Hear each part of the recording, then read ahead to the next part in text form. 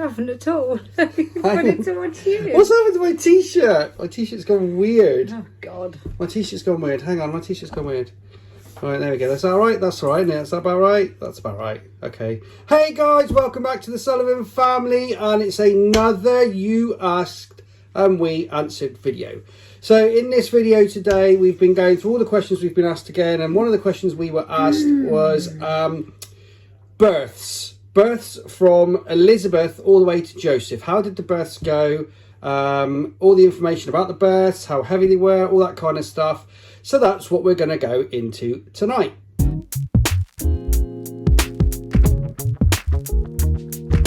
Okay, so we're going to go into Elizabeth first, right? And Zoe's just asked me, do you remember anything about Elizabeth? So what I do remember, she was born in Llysg, hospital in Truro. Do you not remember where my waters broke in Falmouth? Oh, yes! In the toilet, in the public God. toilets in Falmouth, and you made me sit on a bin bag, a wasn't bin it? bag on the way back home, and I wanted to go shopping, and you said we weren't allowed. So we had to go back home again. So we'd gone out for the day to Falmouth. We were living in. So let's set the scene. We were living in Newquay. We'd gone out to Falmouth for the day. She was 5 days late, Lizzie. So this was past her. I think she was due on like the 12th. Yeah, 12th of April, I think, around about then. And we were like 5 days late. So anywhere we went was kind of. And risky. I was huge as well. Risky. Massive. Anywhere we went was risky because it was our first as well. So yeah, we were in Falmouth. We just went for a shop, didn't we? A shop and a walkabout. And yeah, you're right. You came out of the toilets and you said, "I think my waters have gone," didn't you? I wanted a pasty and a cup of coffee, and you told me I had to go home. So we went home, but then nothing happened for ages to do. And we phoned the maternity ward, as you do when it's your first one, not really knowing what's going on. I didn't really know. I remember phoning my mum and saying, "Am I going to know when I'm getting contractions?" Because I don't. Yeah, obviously, but I know that now, but I didn't at the time. And I think, did we get a Chinese in the evening? You're asking me and I'm nodding. And my memory's a bit fuzzy. I'm pretty much sure my contractions started in the night or something, and we ended up going to the hospital in the night. And I remember dropping you off at the door. No, not with Lizzie. We parked in the car park with Lizzie. We parked in the car park and we walked from the car park to the maternity ward, and I kept having to stop and hold on to lampposts and stuff on the way. Oh yeah. Because I kept having contractions on the way. And she was born. Yeah, I don't know what time we went to the hospital. It must have been late at night or early hours of the morning. And she was born at 8:38. I'm really knowing that because I've got it written down. 8:38. She was born in the morning. And how heavy was she? She was 7.25. And you went. How many days over did you go in the end? She was 5 days late. 5 days late. And I had an epidural with Lizzie because I didn't know how much more painful it was going to get. But I must admit, I wish I hadn't, because it kind of takes away all your feelings, so you don't really know. It kind of. I think she would have probably been born sooner than that if I hadn't had an epidural. But yeah. Of course, when you're the bloke and it's the first baby and everything else, you just kind of stand there. And, to be fair, you did that with all of them. Yeah, pretty much.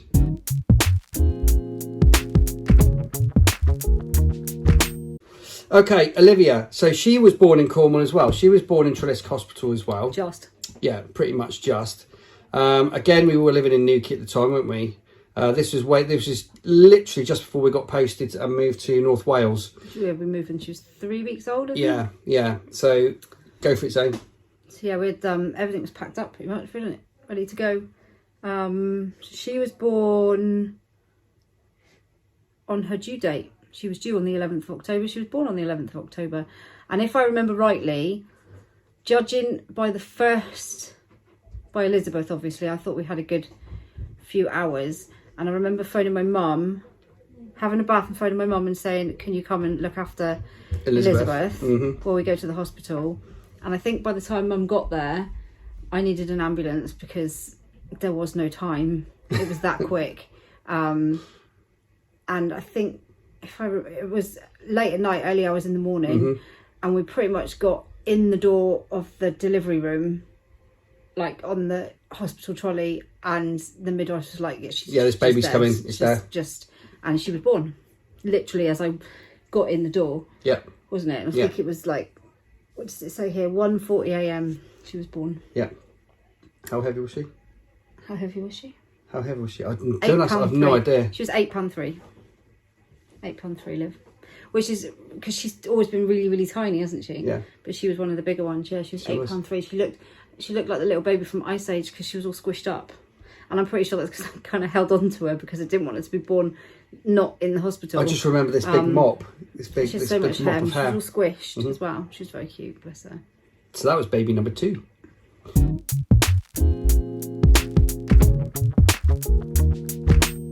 Okay, now we come on to the first set of twins. So this is Charlotte and Isabel. Now, by this time, so how old was Olivia when we moved? So we moved from Cornwall. We moved from Newquay to our lovely little house in Newquay. We moved up to North Wales on Anglesey.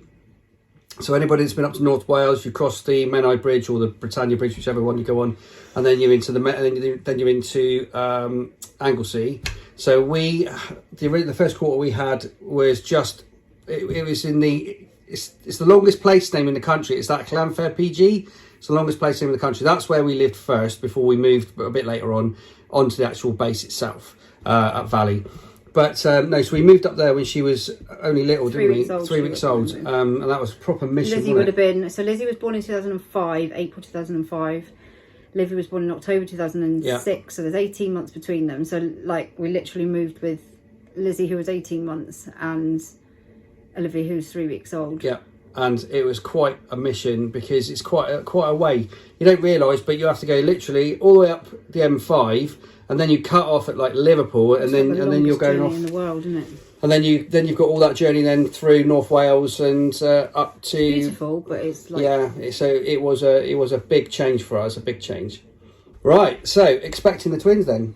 Yes, I don't actually remember that much about expecting. I mean, it was a pretty hazy time, but we were only there for like 18 months, and lots happened in that time. There was a lot happening in that time. It was quite a tough time for me. You'd been moved away from Cornwall and moved away from. I mean, I'd lived away before, but this was with children, and obviously just having had a baby, and we weren't put in the place that we were supposed to be put in, so we were quite isolated, away from everybody else. And I mean, eventually we got up onto camp, and it was lovely, wasn't it? There was a really lovely group. Yeah. Met lots of people that I still keep in touch with now. Yeah. And it was really, really lovely. And I remember when the twins were born, people couldn't be more helpful, could they? It was amazing. You know, but that first sort of few months had quite a detrimental effect on the rest of it. I call it the hiccup. It was we were put in the wrong accommodation, and it was too far away from the base. It was way too far away from the base, and there was quite isolating for me with 2 young children. When you're in the military, you need that kind of support around you, that support network. You do when you're coming away. You've got 2 babies, and you're coming away from your family, and it's it would be different now. Yeah. I mean, somewhere like that now would be great because it's you know. We were a young family as well, weren't we? Yeah, we'd only just kind of started out, hadn't we? So it was difficult at the time. But yeah, I do remember. I mean, I remember bits and pieces with the twins. Lots of checkups. So they were born in Bangor Hospital in North Wales, and what I remember was you went in because you were a special case, obviously because you're having twins, and I was allowed to make up a bed. So you were in the bed, weren't you? I can't remember what time. No, I remember it was that. about 3 o'clock in the morning. They were due to be induced because they deliver them at 38 weeks. So they were due to be induced on your birthday, which was the Monday, I think, and I must have gone into labour early, or my waters must have broken or something. I can't actually remember, but I was in hospital anyway for like the 24th, so my waters must have gone or something like that. So they took me in and obviously kept me in because I was due to be induced a couple of days later. They made you up a bed. Yeah, I had this little camp cot. I was made up. I was like, I'm going to have a little bit of sleep here. Who was with the children? I can't remember. Somebody was. Was it your mum? No, I think it must have been. Was it friends? I think it was friends next door. Wasn't it's friends next door. See that these are the things that you just kind of don't remember. But I remember getting contractions, and I kept trying to wake you up, and you just wouldn't wake up. And it was a nice bed. And then I kept trying to tell the midwife that I was having contractions, and they kind of were a bit like, I don't think that far along. And anyway, when I kept saying that, I think I am that far along, because it was quite quick from when I'd gone in. I don't remember actually going in. It must have been because my waters had broken, because I wasn't due to be in until later on, obviously after the weekend. So I remember saying, no, I am, you know, my contractions are coming quite close together. So they checked me, didn't they? They did, yeah. And that was it. And then, like, it was like the whole world burst into the room, didn't they? You got kicked out your bed. The midwife pushed the button. Yeah. I was like pressed against the wall as there was about 20 people came rushing in, didn't they? There was, I don't know, paediatricians and consultants, 2 consultants. Yeah. I don't know how many nurses, midwives. There were so many. Cots came flying in, hot cots, and I was just like, right, I'll get out of the way then. And that was that, wasn't it? I don't think they believed that I was in that far advanced and you labour, were ready to go. and then I really was. So but I'd kind of quietly just been lying, having contractions, just quietly, just thinking. And then I remember thinking they must be really quite close now. I really ought to wake somebody up. Yeah. But yeah, so Charlotte was born first. She was born at 10 to 5 in the morning. How heavy was she? She was £6. So she's £6. Or consult my list, which doesn't want to work. Oh no, she was £5.1. Sorry, Charlotte was quite tiny, wasn't she? She was £5.1, and they were born naturally. I only had gas and air. Yeah. I only had gas and air with Olivia as well, just. So gas and air with the twins. Charlotte was delivered first, and then I didn't want to have the other one because I was tired. And I couldn't be bothered. I'd been up all night and I was like, I don't want to do it again. And I remember the consultant saying to me, if we don't get her out, I'm going to have to get her out. I was like, oh, for God's sake, I've got to do all this again. So that's why there's an 18-minute gap between Charlotte and Isabel. So Isabel was born at 5:08, I think she was born. So yeah, 4:50 and 5:08, I think they are, aren't they? Yeah. And Isabel was £6.9. So Isabel was quite a bit bigger than, because they're non-identical. So 2 separate placentas, 2 separate sacs, separate everything. So yeah, they were 25th of January 2008. And that was the twins.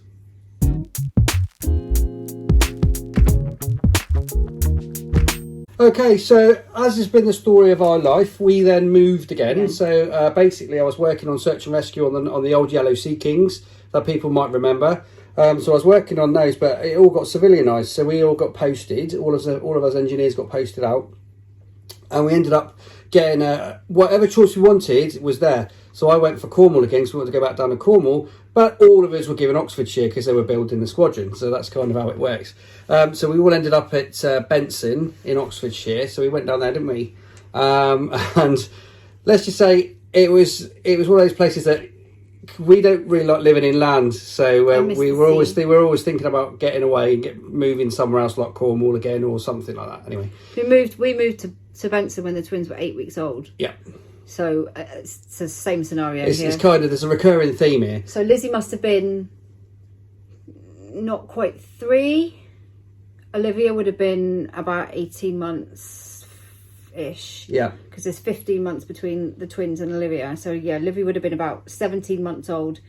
Lizzie wasn't quite 3. And we had 8-week-old baby twins when we moved to from North Wales to Oxfordshire. That's the life, isn't it? Anyway, Noah. So Noah's next. So when did Noah come along? He's what's in 2009, isn't it? Yeah. 2009. Yeah, I remembered one. High five. Thanks. How heavy was he? He was heavy. He was a big lad. Noah was. Were you there for Noah? I don't think you were. So was he the one you dropped me off? I was there. You dropped me off. So in Wallingford, there was a lovely birthing unit, wasn't there? It wasn't a hospital as such. It was a birthing unit. Benson is near Wallingford, where we had a really lovely birthing unit, as Ben said. Yeah. And then in Oxfordshire. Then the hospital is the JR Hospital, John Radcliffe Hospital, which is massive and in Oxford, and just didn't. It's about half an hour away from Wallingford. So we were lucky that we had the birthing unit there, and he was baby number 5, and they were quite happy for me to have him there, weren't they? Yeah. And I believe that. I remember waking up, I must have had contractions or my waters had gone or something. I remember making lunches for the kids and getting everybody ready And you kept saying, you know, we need to get you into the unit. I was like, I'll just get everybody up ready Get first. everything sorted first, and then we'll go in. So I think you dropped me off on the way to the school. Yes. So I dropped you off on the way to the school run, and then I had the little tiny ones. Yeah, so I had the 2 little tiny ones with me, and I came back to the birthing unit. And when I got back to the birthing unit, I was obviously not allowed to go in with Zoe having the baby because I had the 2 little ones with me. I had the twins with me. And then you hear this almighty, I don't know if anybody's experienced a birth, or obviously ladies you would have probably had, but there's this almighty scream, and you know, that's it. So that's it, that's the head gone out. And then the rest is history, isn't it? I don't think I had anything with Noah. I don't think I even No, you had didn't. gas. You were literally just... I think it was just literally kind of that sort of quick. And he was £9.6. Yeah, Isabel was £6.9. He was £9.6. He's the biggest. Because I remember hearing that big scream, and then I thought, oh right, so he's born then. And then obviously they came out and said, do you want to come and meet him? And that was that, wasn't it? Yeah. No, actually no, I must be lying. It couldn't have been on the way to school because he was born at 6:30 in the morning. That must have been Eva. So we must have gone there. I definitely remember having somebody with me, and I definitely remember having some of the kids with me, and I wasn't allowed to go in. So I remember that much, and I remember Noah was born because I heard the almighty scream. You know, you would have had I don't know. Maybe we left a couple with a neighbour or something. We might have done. Yeah. I can't actually remember. You see, some of it's a bit of a blur. Yeah, some of it's a bit hazy because Lizzie would have been. Lizzie would have only been 4. Yeah. I don't really. So they weren't like school age, really, nursery. I think that when you dropped me off, I think that might have been Eva. I think, he was born at 6:30 in the morning. So. But we're talking about Eva next, aren't we? Yeah. We definitely weren't in the room. No, I wasn't in the room. That's what I'm saying. I was in the waiting room, the waiting bit.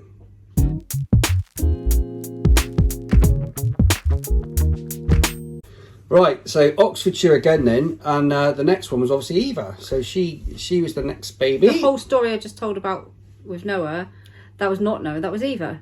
So you dropped me off on the way to school on the school run with Eva, because she was born at about 9:53, 10 to 10 in the morning. Yeah, but so you would have gone to school and then you would have come back. There's similar stories though, because I do remember not being able to go into the birthing bit. And I was waiting in the waiting room because I probably had tiny ones with me. I think you might have, I think you might have just taken the tiny ones with us. Yeah. Put everybody in the car and gone. I think that's what it was. We didn't really have anybody to look after. No, I mean, obviously, when you live away from family and support and stuff like that, that's kind of what happens. So I think that's what it was. I think you have to look after yourself. You might have even been in the car with the tiny ones. That could have been a possibility. Or they had a little tiny little waiting bit, didn't they? That's right. Yeah, with toys. They had toys and stuff for the little ones. That's what I remember. Maybe you were just in there, but yeah, Lizzie. So Eva was born in 2011, the September. So Noah's 2009. So it's like 20 odd months or something. Yeah, between them, isn't there? Yeah, she was £7.12.5. She was quite quick as well, literally. And it was both of these were gas now, weren't they? Both I didn't have anything with Noah, nothing at all. Yeah. I think it was that quick. I think we literally got in there and he was born like straight away. And I think because I remember there being a Christmas tree because he was born in December. See, this is like the corner of my eye. And yeah, Eva was obviously September. Gas and air I had with Eva, but she was smaller than Noah. And I think I probably got there, well, like an hour before she was born. Yeah. All of them have been quite quick, to be honest, haven't they? Yeah. None of them have hung around for long. Labour's been quite quick. Yeah.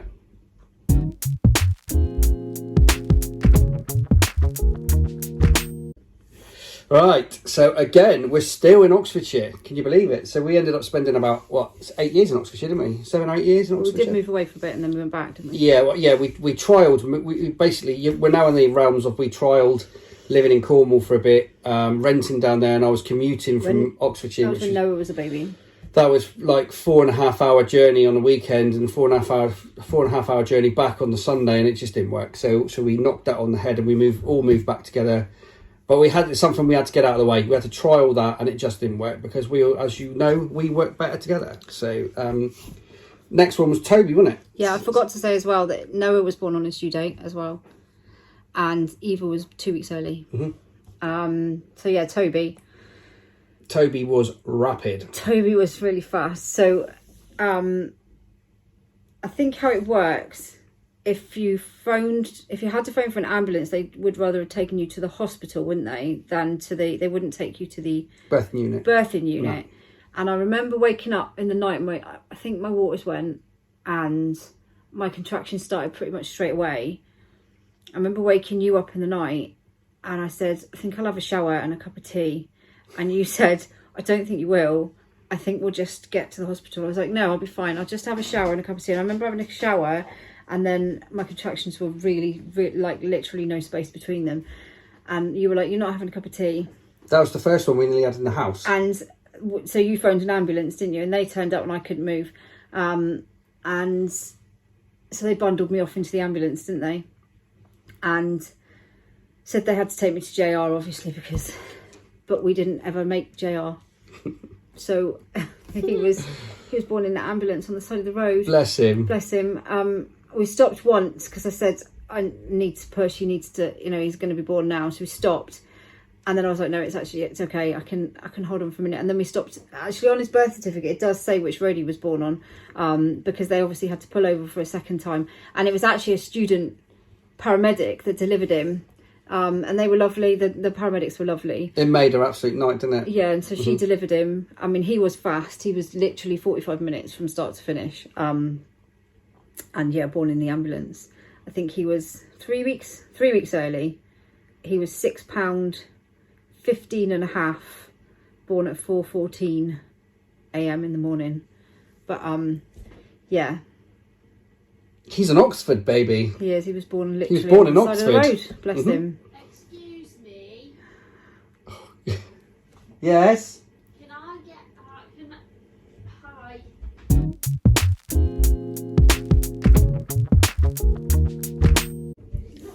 So Lizzie was just getting some biscuits. That's what the panic was about. She wanted some biscuits. Right. Next is the twins, the second set of twins. So Lee and Erin. Now there's a story. So we had already, at this moment in time, we've moved to Lossie, to the place where we've settled to our faith place. So we've moved to Lossie. What year was that? 2013 we moved to Lossie, didn't we? It was February, July the 25th, 2013, because it was the day before my birthday. So it was a proper mission again. So we'd moved from Oxfordshire. And the reason why we took this posting was because we wanted to, it came up for volunteers and we wanted to be near the coast. And that was it. That was basically what sold it to us, because there was no going anywhere else. That's what came up. So we just thought, you know what, we'll take a punt on it and we'll go for it. So we moved up here. We had a 9-seat minibus at the time. We had 7 children at me at the time, and in a 9-seat minibus. And yeah, it was a mission, but we managed to stay in the Gretna Chase Hotel in Gretna Green. I think we stayed in about 3 different places on the way up. Yeah, and then when we got up to Lossie, when we got to Elgin, we stayed in the Moray Hotel near the railway tracks there. So we stayed there, and then the next day we moved into this house. So that was the mission, moving up here. But the twins, go for it, Zoe, the twins. Well, there's nearly 3 years, just under 3 years between Toby and the twins. It's our biggest age gap, apart from this one that we're having now. Because all the other ones have got like anywhere between 15 and 20 months between them, average of about 18 months between them. I don't think there's any particular reason. I mean, we had Toby, obviously, and then he was 5 months old when we moved to Lossie. And there wasn't really, we never kind of said we're not going to have any more, but we also never said we are going to have any more. And I think you did a tour in the Falklands, if I remember. And when you came over Christmas, when you came back, on deployment babies, we sort of said maybe we'll try for another. Yeah, maybe we'll try for another baby. And obviously we got twins again. This time identical twins. Identical twins. Did we find out early we were having? We found out early with the older twins because I think, if I remember, we found out like at 8 weeks old with the older twins. I'm not sure about whether we did early with these ones. I think it might have been a normal. It was one of those. Normal scan. So there's one, and the other one. I know. Moments on the scan, wasn't it? And we were like, that's one heartbeat, and that's the other heartbeat. And I remember looking at the screen, going, "There's 2 babies there. There's 2 babies. That's not just one baby. That's 2 babies." I mean, how lucky are we? Do you know what I mean? How lucky? I must admit, I was worried because obviously when you have twins, anybody who's had twins, you're under consultant care. I'm under consultant care anyway because of having lots of children, but you get put under consultant care and then you get given all of the kind of scare stories of things that can go wrong, and you know, all the statistics and all those sorts of things, and you kind of think, oh my god, that's really. But having had a set of twins before, I also thought, well, you know, I've done this before. They were 38 weeks, you know, I'm sure it can't be that much different. But obviously I knew there was some differences because these ones were identical, so they shared a placenta but they were in separate sacs. But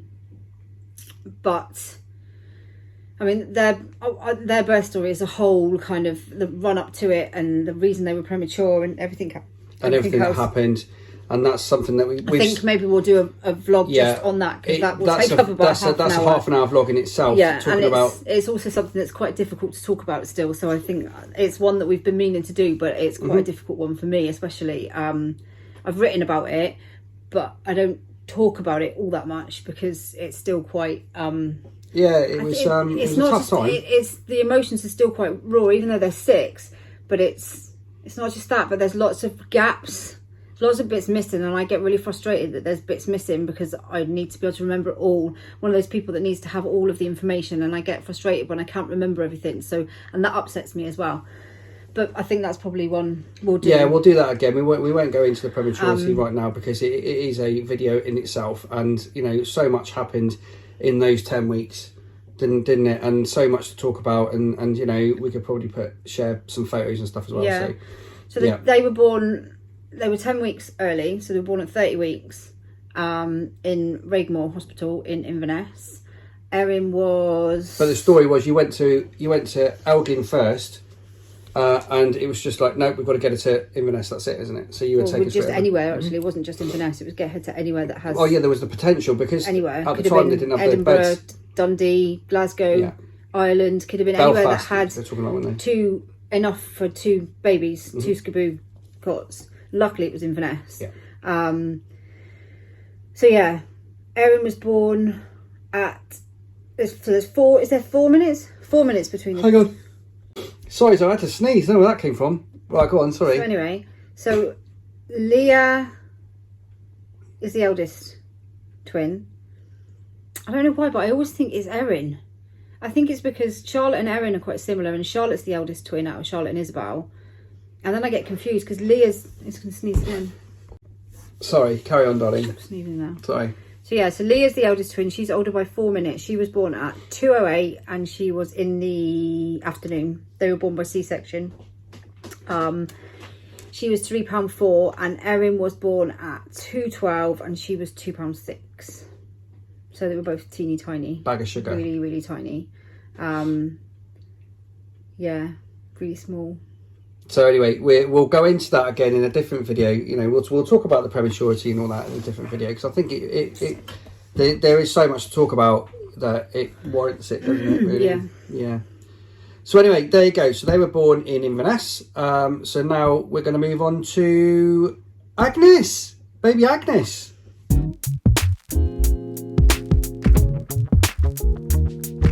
Okay, Agnes. She was such. I named her. You did. I named Agnes. So Agnes was born. I had gone to a consultant appointment, I believe, that day. It was 3 days before my due date, or 4 days before my due date. I'd gone to a consultant appointment in the morning, and they'd kept me in because I can't remember what it's called. I had too much water, hydramnosis or something. I'm really sorry to anybody, medical people, but anyway, there was too much water, and so they kept me in, and I think my waters went while I was in the hospital, so then they won't let me go anywhere. No. And I stayed in, so that was like the day, and then they moved me to the delivery suite in the evening. I think she was born the next morning, like 10 to 6 or something in the morning. I can't quite remember. You would have thought with Agnes, she was dropped off by fairies onto a toadstool outside our house because that's how cute she is. She was cute. It was quite quick when it all started. I think I was kind of having irregular contractions because my waters had broken. They kept me in anyway, so it was kind of just waiting with not much happening. And then when it did start happening, it happened really quick, and she was born quite quickly. Yeah. But she was quite big as well. She was £9.3. Bless her. She was so cute. She's so cute. She still is, isn't she? She is. She was a very cute baby. Yeah. They were all cute babies, but she was a very cute baby. Don't get us wrong, we love all of our children equally. It's just that Agnes is super cute. Everybody's got a soft spot for Agnes, though. Oh my God, yeah. Everybody in the house. Olivia and Agnes are inseparable. Agnes does remind me a lot of Olivia as a baby. They're quite similar temperaments as well. And I think the other thing as well is after having the twins, we didn't get that kind of, we'd had all the children up to then where we'd been able to take them home from hospital, bond with them. Well, she was born in Elgin. Yeah, Agnes she was born in Elgin. 𝙵𝚁𝙴𝙷 Hospital. But so after having the twins, and we didn't have that bonding experience in the beginning because obviously they were very poorly and they were in, we couldn't just, I don't think I held Erin until she was a week old or something, and I don't think we held Leah. You don't get to hold them straight away. They're taken away. I was under general anaesthetic. It was all kind of, you don't get that bonding experience. So I think with Agnes, I kind of treasured it more probably than I had done. You take it for granted a little bit with the other ones that's what happens, and then when everything that went wrong with the twins, it kind of changed my perspective on everything, really, on life and everything. And I realised then, not that I didn't think it was important before, don't mean it in that sense, but you realise what you could have lost, and it kind of makes it even more special. And I think that's why, like Agnes's and Joseph's birth were so much more kind of special, or meant so much, you know what I mean, but meant so much more because I realised how badly things had gone before. And how badly things can go. Because I'd always been so lucky before, and it had kind of, you do just kind of take it for granted that everything's going to be fine. So yeah, I think that kind of really made me concentrate more on their births and take the goodness out of all of it, and treasure every moment of it, because you just don't know what might happen. But yeah, and it was really nice as well because she was born at Dr. Gray's, and it's the ward there is lovely, and there was only a couple of us in there, and it's quiet, it's relaxed, the staff are amazing, they can't do enough for you, and it was just a really, really nice. You didn't want to come home? No, it was a lovely experience. Well, no, they did say to me, do you want to stay an extra night to get a bit of rest? And I thought, I better go home and do the washing.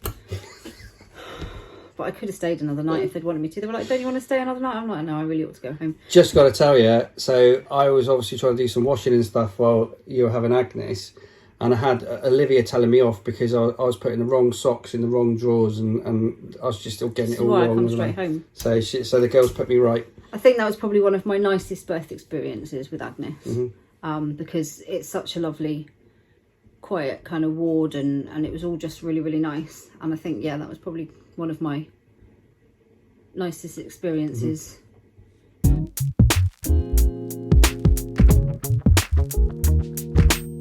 And last for the moment, Joseph. So Joseph was born in Scotland as well. So he was born in Aberdeen. He was born in Aberdeen. Unfortunately, it's one of those things. We don't want to go into it. You've already brushed on it, haven't you? There's been a management decision at Dr. Gray's Hospital, a local hospital in Elgin, which is amazing, and they've downgraded stuff. So now, unless it's an absolute emergency and they can't get you to Aberdeen, they're going to get you to Aberdeen, whichever way you look at it. So or you get yourself to Aberdeen, which is like nearly 2 hours drive in labour. Hour and a half. Doesn't make any sense whatsoever. But we don't want to get too political on it because there's a whole thing going on about it, and there's lots of mums that are kind of championing the cause and all that kind of stuff. It's ridiculous. It is. It's one of those management decisions, It's ridiculous. Like, in what planet do they think it's okay for a woman to travel 2 hours in labour? Do you know what I mean? On a road that is icy and wintry and bad at the best of times. It's just a terrible road to Aberdeen. It's a horrible road. But anyway. It's like one of those decisions that they make, like when they shut the hard shoulder on a motorway, So because my waters have gone and babies have been born quite quickly, when my waters went with Joseph, when I was sat, it's always when I'm sat eating a Chinese or something, they go. Always. I mean, he was born just over 2 weeks early. And I remember I was eating my Chinese and my waters went, and I thought, oh, we're going to have to get to the hospital like straight away. And I thought, well, it's great because we got a friend over to look after the kids, and Ben could take me to the hospital, which was the first time in ages that you, I mean, I think I drove myself because I had a consultant appointment. You had to come and get the car, I think, with Agnes. So, you know, that was like, I was like, Ben actually might be able to be at a birth. But because I wasn't really having regular contractions, I thought, well, maybe they'll keep me in. But obviously they have to phone through to Aberdeen, and Aberdeen said, no, we want her because if she's not, you know, that far along, then she can get over here. So they took me in an ambulance, and I was having contractions. It was probably the worst journey ever. In the back of an ambulance, having contractions. You couldn't come. I mean, the midwives come with you, and they're lovely, but they don't want the baby to be born. Well, I mean, I could have stayed. I could have stayed at 𝙵𝚁𝙵𝙵. That wouldn't have been a problem because I could have just shot home or whatever. But when you're an hour and a half away, so you're kind of talking the distance from where we lived in Cornwall to Exeter. So you're talking travelling through counties, you know, to get to the hospital. Then things change, don't they? Your priorities change, and there's no way on earth that I can travel an hour and a half to go and witness a birth and leave our babysitter at home to, you know, to look after everything. It just wasn't fair on our babysitter. I didn't feel comfortable with that either, because I need to know that the little ones are looked after. You know, we're not a normal family. They get up for school in the morning and you're there with them. There's a lot to worry about with us. There's a lot of stuff going on, and there's a lot to do, and it's not fair to dump that on somebody else. So. I wouldn't feel comfortable with it either, because the kids would be upset, and that, at least if I know that they're taken care of and looked after by you, you know everything about them, so I can just concentrate on me. But anyway, by the time we got over there, I got taken straight to the delivery suite, and my contractions pretty much stopped. I think the whole upheaval of the situation and the stress and the upset, 'cause I was really upset, and everything else, it just kind of, everything just stopped. So they put me back on a ward, which was pretty awful. And I think it would have been the next morning. This would have been at night, wouldn't it? Yeah. So it was the next morning they took me through to delivery suite. So early hours, I was probably only on the ward for a few hours, but it felt like forever. I didn't get any sleep. And I think, what time was he born? I have got all these written down. Oh yeah, he was born in the afternoon actually. So they would have taken me through to the delivery suite in the morning, because my waters had gone. I then had to be induced, and my contractions had stopped, and it has to be born within a certain amount of time, doesn't it?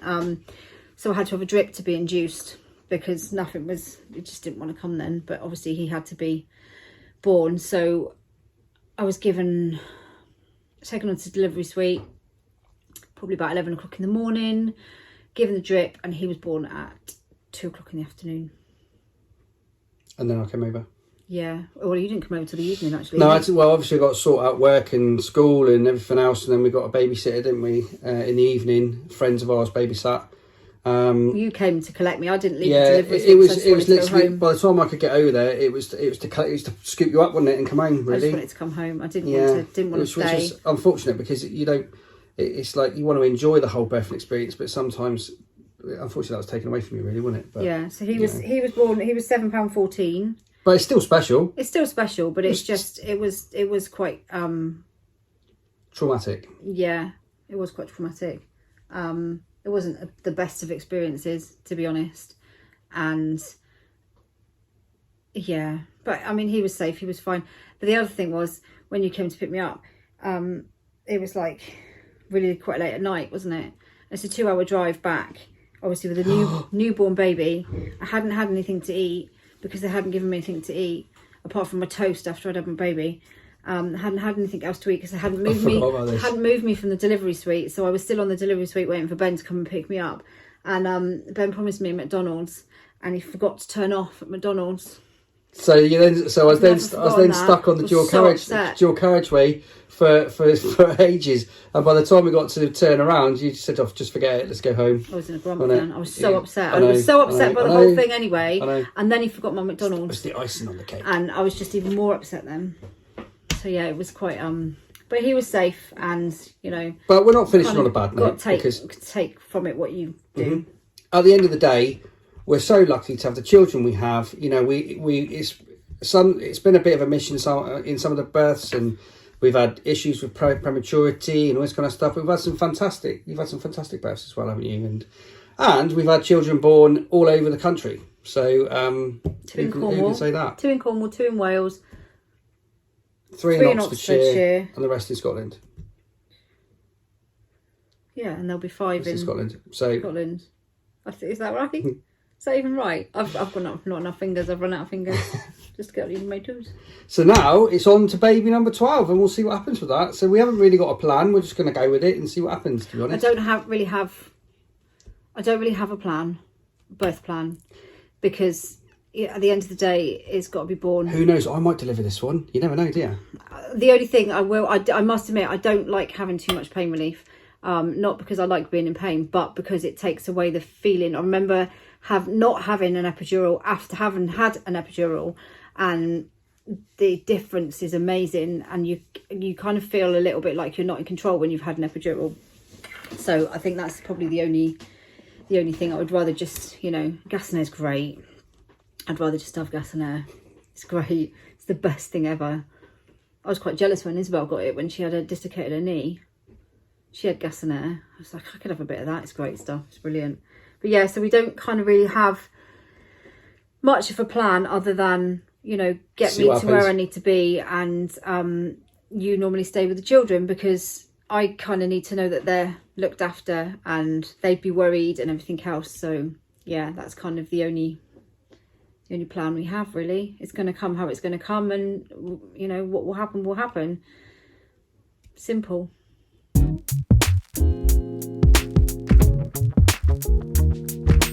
So there you go, guys. That's another question answered. Keep the questions coming, because obviously we love making these vlogs as well as the other vlogs.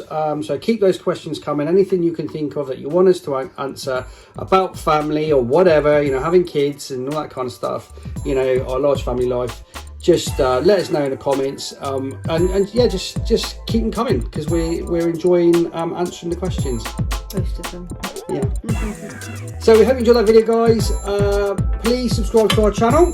Please hit the bell for notifications. Drop us a like and a comment, like I just said. And for now, we'll see you in the next video. Bye.